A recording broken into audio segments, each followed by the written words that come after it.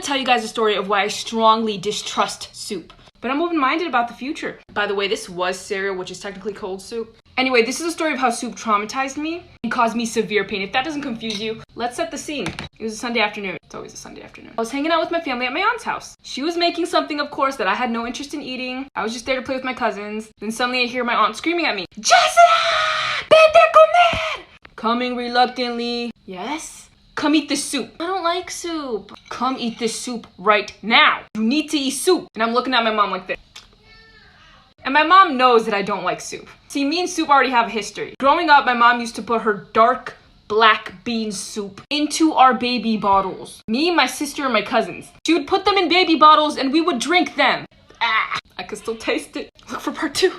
Okay, this is part 2 of my why I don't trust soup story. So as you know, my mom used to feed me and my sister soup in baby bottles, and I don't mess with soup. So when my aunt started trying to force feed me, literal 15-year-old, I protested. Nope, I'm not having any soup, you can't make me. Mom was like, hey, just have a few bites. Bites, it's soup! Just have a few spoonfuls, and then you can go back to your cousin, and you can leave. I was like, ugh, fine. So I got the spoon, like so, and I started taking some sips. Now you need to understand, this soup was really dark. So I'm not exactly sure. This is part 3 of my traumatizing soup story. So I suddenly couldn't breathe. Everyone started patting me on the back thinking that would make it better. I was literally sitting there pointing at my throat and not knowing why I couldn't breathe, and I was choking. Everyone was kind of running around me freaking out. Everyone was trying to do everything they could think of. But after a while, it became clear to me that I wasn't choking. I was coughing like crazy, but I was still breathing through my nose. It hurt a lot, but I wasn't choking. The coughing didn't stop though. Tried to get me to eat pieces of bread, drink water, nothing was helping. Eventually my throat began to burn so much from all of the coughing. And I was crying from the pain from not only coughing, but the pain that I was feeling in my throat. So finally my sister grabbed the flashlight from her phone and looked into my throat. She saw that my throat was bleeding from the inside. Everyone looked at my aunt. What was in that soup? It was fish soup, you guys. What had cut my throat was a fish bone. Yeah, I don't eat my aunt's soup anymore. I don't trust her soup. Story time of how I figured out that my sister was trying to kill me.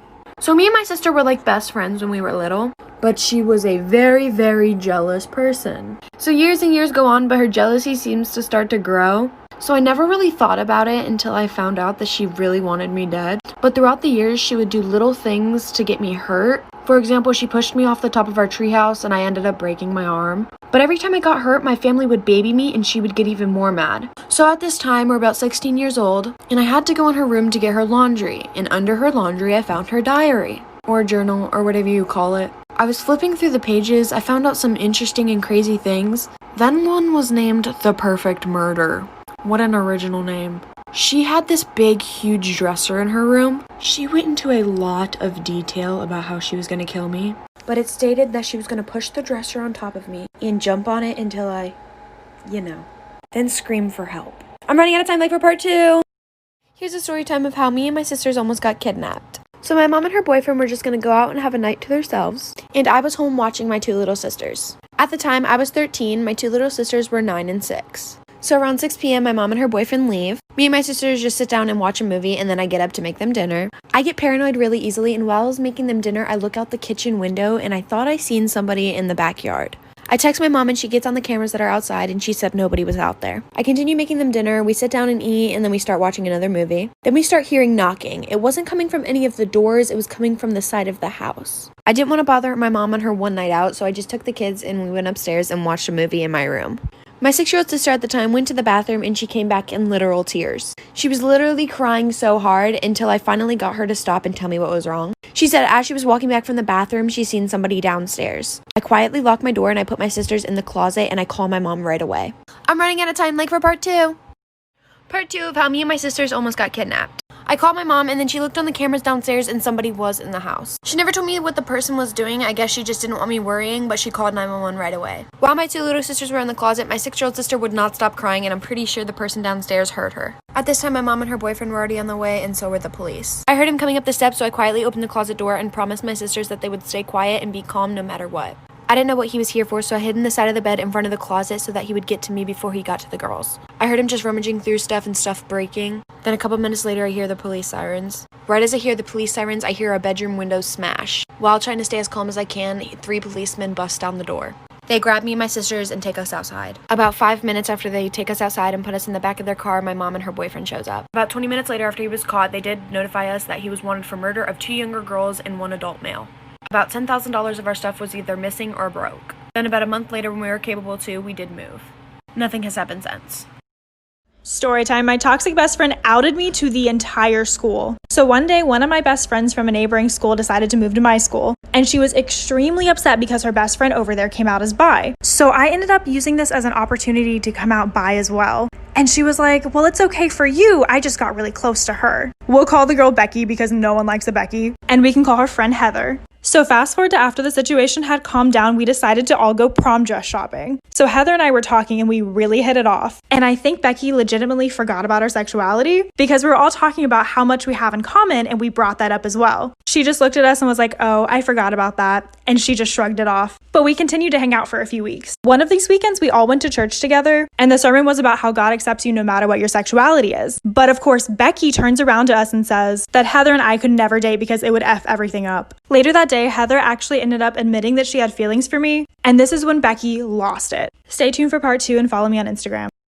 Part 2 of my toxic best friend outing me to the entire school. So at the beach later that day, Heather and I decided to tell Becky how we felt. She freaked and wouldn't talk to us and locked herself in the bathroom. And we had to tell her that it's fine, we won't date, just so she would let herself out. I thought she was being entirely selfish, not wanting her best friends to be happy. And then she literally took my phone and went through all of our texts together. She woke up the next day all ready for Heather and I to be together and completely apologized. And then when we went to the mall that day, she walked away from us to go look at the hot guys, but then turned around and got pissed at us for falling behind. And this is why she said she didn't want us to date, yet we weren't even dating. She said she felt like she was gonna have to choose between Heather and I because of the whole situation, and I guess she just picked me. Becky became extremely codependent and didn't want to leave my side. She was pissed if I spent time with anyone else and basically forced Heather out of my life. I ended up running into Heather and inviting her to my 18th birthday, and this is when Becky had her massive breakdown. At my birthday, she outed me to everyone at the party, my mom, and Heather's mom as well. My Insta is linked below for more content.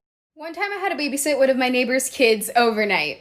We're gonna call the kid Benny. The parents didn't really tell me anything when they left me alone with Benny, but they left me a note and they were like, you can only open it in emergencies. So at this point, I'm alone with Benny. It's like 11 p.m. and I told Benny, I was like, dude, you should like get to bed. It's late. Then Benny starts getting really red and he's like, no, we don't want to sleep alone. Sleep with us, please. I didn't know why Benny said us, but I was like, whatever, okay, like, yeah, I'll sleep in your room, like, it's fine. So fast forward a couple hours, it's like 3 a.m. at this point. This is the best part. Benny starts talking in his sleep and he's like, take her instead. You're not my friend anymore. I am not yours. And I try waking him up and I look at him and his eyes are wide open as he says this stuff. I was freaking out, so I went to go open the note that his parents said was only for emergencies. It just gets better. The note said, we're sorry for not telling you. Run him a cold bath. Call 911 in case anything happens. What the I almost got shot at a party. Story time. So back when I was 18, one of my homegirls decided to visit me. Keep in mind, I lived about 2 hours away from her. In the ghetto. Gra-ta-ta-ta. Anyway, she gets to my house. We're having a great time. We're chilling. We're vibing. Then one of my friends hits me up and says, hey, yo, Kenzie, there's a party tonight. You should slide. So, of course, I tell my homegirl, bitch, it's a party. Let's go. My friend was kind of nervous about it because this was her very first party that she's ever went to in her life. So she didn't know if she should go or not. And I was like, girl, like, you're going to be with me. You're going to be with Kenzie. Baby, we're going to have a good time. But I also did tell her if she didn't want to go, she can just chill with me and we could drink at the house. She ends up saying, fuck it. And we both go to the party. So we Uber to the party. This bitch is fat. There was hella people at this party, but it was lit as hell and everybody was turned the fuck up. Well, anyways, in the front of the house, there was a drug deal going on. And that's when everything goes south. Buckle up for part 2. So I already posted part 2 twice already, but you know, TikTok took it down like usual. So I'm gonna attempt to say it in a different way. I almost got shot at a party. Story time. Part 2. So me and my friend went to the front of the house because we were tearing it up on the dance floor and your girl was just, you know, a little hot. So we took a step outside, which is where we saw the drug deal happening in the front of the house. Everything was fine. We were all just chilling until all of a sudden, the guys that were doing the drug deal started arguing. Me and my friend just sat back and watched the show. And then one of the guys arguing pulled out his gun and started waving it around, yelling at the other dude, telling him, where's my money? As he's waving his gun around, he accidentally shoots it. The bullet hit a car and broke the window. I was legit standing this far from the car. So me and my friend booked it, called an Uber, and went home. Peace out, Club Gods.